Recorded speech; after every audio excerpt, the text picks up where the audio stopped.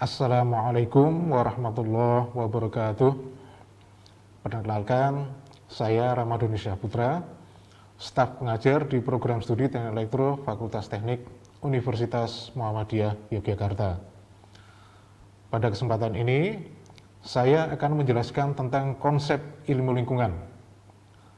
Konsep ilmu lingkungan ini merupakan bagian dari materi kuliah Kimia Teknik dan Ilmu Lingkungan yang diberikan di semester pertama pada program studi Teknik Elektro Fakultas Teknik UMY.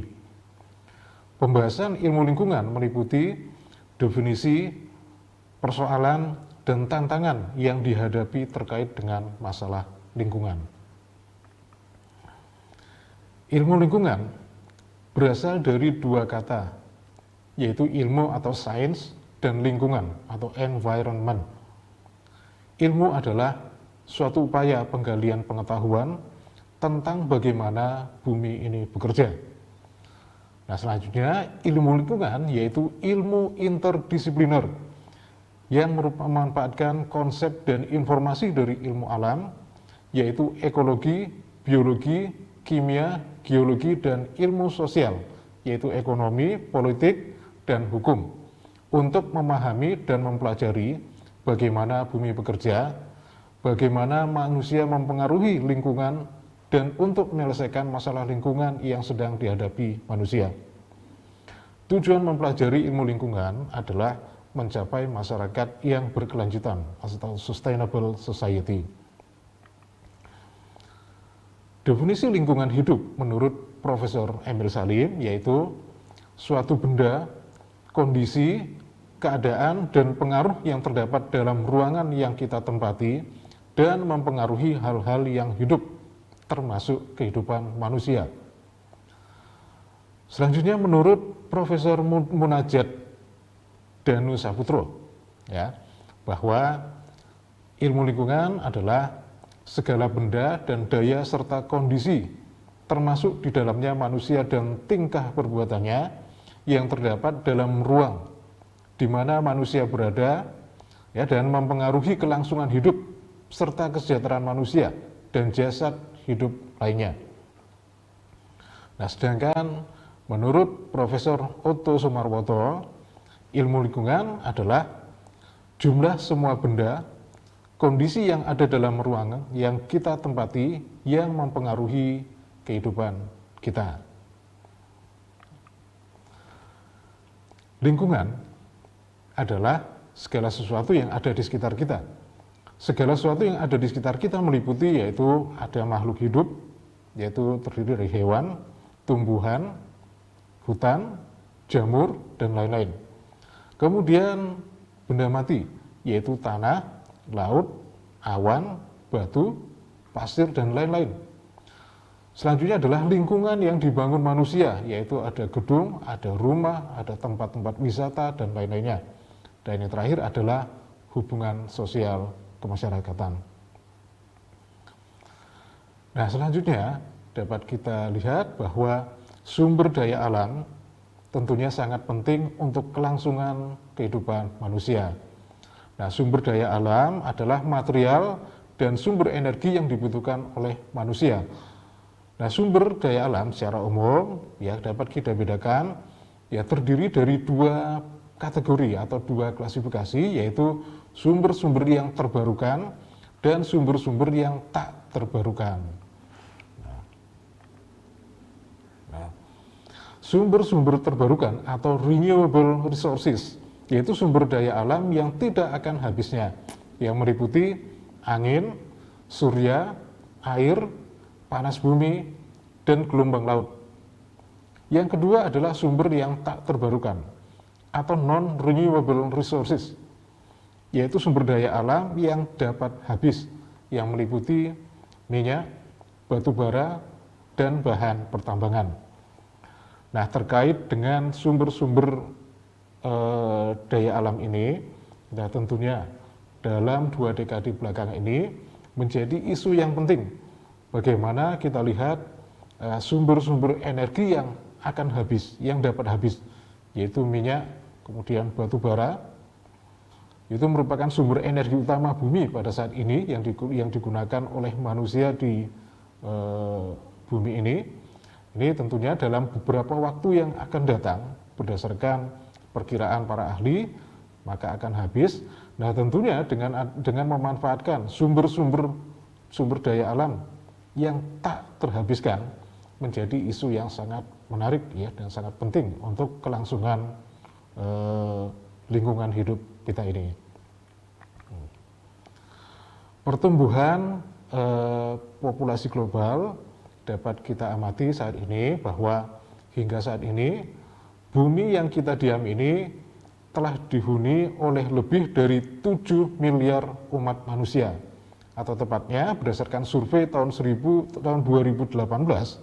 bahwa jumlah populasi di dunia ini atau di bumi ini adalah 7,594 miliar jiwa manusia. Nah, sejarah peradaban manusia modern meliputi beberapa tahapan yang memungkinkan manusia untuk survive, yaitu yang pertama adalah ditandai dengan revolusi pertanian yang memberikan manfaat bahwa suplai makanan menjadi lebih terjamin.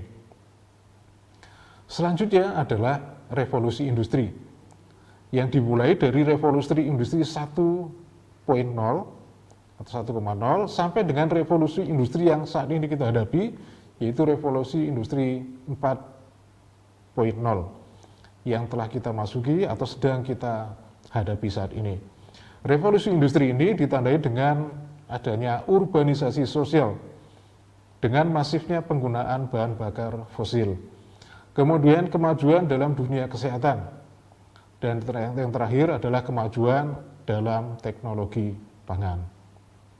Nah, terkait dengan kondisi lingkungan yang kita hadapi saat ini, bahwa kita kembali pada bagaimana, apakah tujuan utama dari ilmu lingkungan itu. Dapat kita simpulkan bahwa tujuan utama dari ilmu lingkungan adalah mencarikan solusi untuk menyelesaikan persoalan lingkungan. Nah, ilmu lingkungan terkait erat dengan disiplin ilmu lain, baik bidang ilmu eksakta maupun ilmu sosial atau non-eksakta. Masing-masing bidang ilmu memberikan kontribusinya masing-masing. Ya, di mana ilmu eksakta bermanfaat untuk mengetahui kondisi bumi yang sesungguhnya.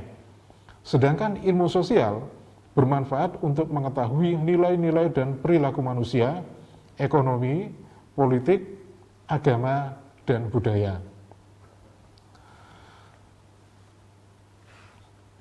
Selanjutnya adalah tantangan terhadap isu lingkungan, ya, isu lingkungan yang harus kita hadapi dan sedang kita hadapi, yang meliputi beberapa hal, yaitu yang pertama adalah bidang pertanian.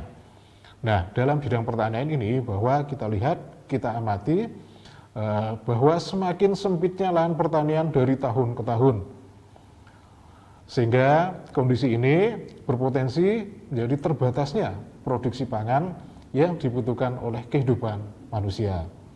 Kemudian isu yang lain adalah tantangan dalam bidang energi, yaitu kita lihat tantangan dalam bidang energi adalah semakin menipisnya cadangan energi fosil seperti minyak dan batu bara.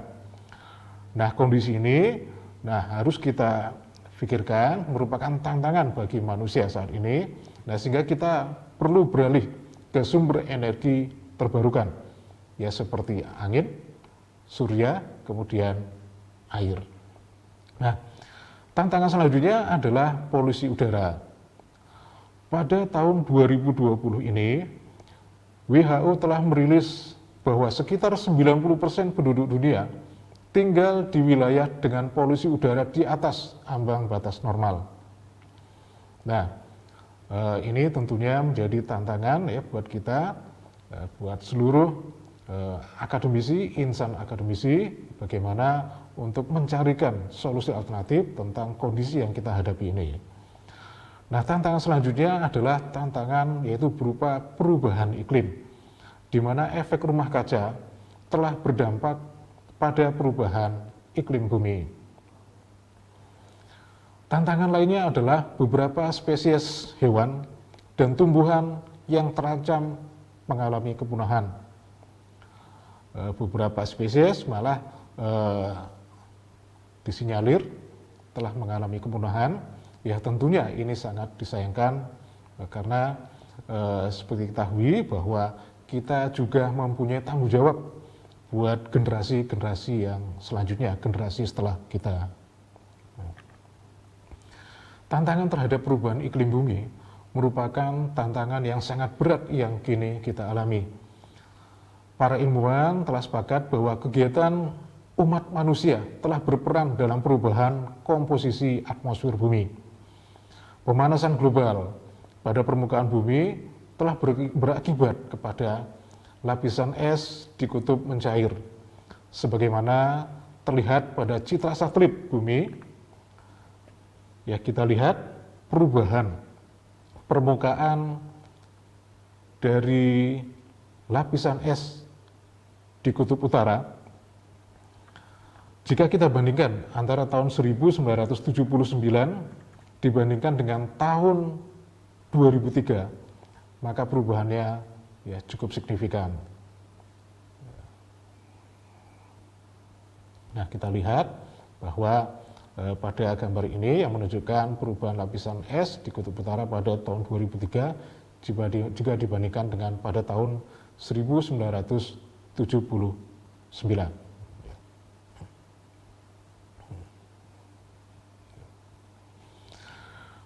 Nah, kita bisa mengamati, kita bisa menelaah, kita bisa menganalisis bahwa dengan lapisan es yang mencair, maka berakibat meningkatnya permukaan air laut. Nah, kondisi permukaan air laut yang meningkat ini tentunya berdampak kepada kehidupan hewan dan tumbuhan. Nah, kondisi yang kita alami saat ini yaitu adanya pemanasan global atau suhu bumi menjadi naik, menjadi lebih tinggi dibandingkan dengan beberapa tahun-tahun yang terdahulu. Nah, tentunya pemanasan global ini mendorong terjadinya cuaca buruk di bumi yang kita huni ini. Oleh karena itu dibutuhkan peran aktif akademisi, termasuk mahasiswa, untuk memperbaiki kondisi bumi ini yang telah mengalami persoalan yang sangat serius. Demikian penjelasan mengenai ilmu lingkungan yang meliputi definisi, persoalan, dan tantangan yang dihadapi terkait dengan masalah lingkungan. Terima kasih kepada mahasiswa atas perhatiannya. Semoga bermanfaat. Billahi taufiq wal hidayah. Wassalamualaikum warahmatullahi wabarakatuh.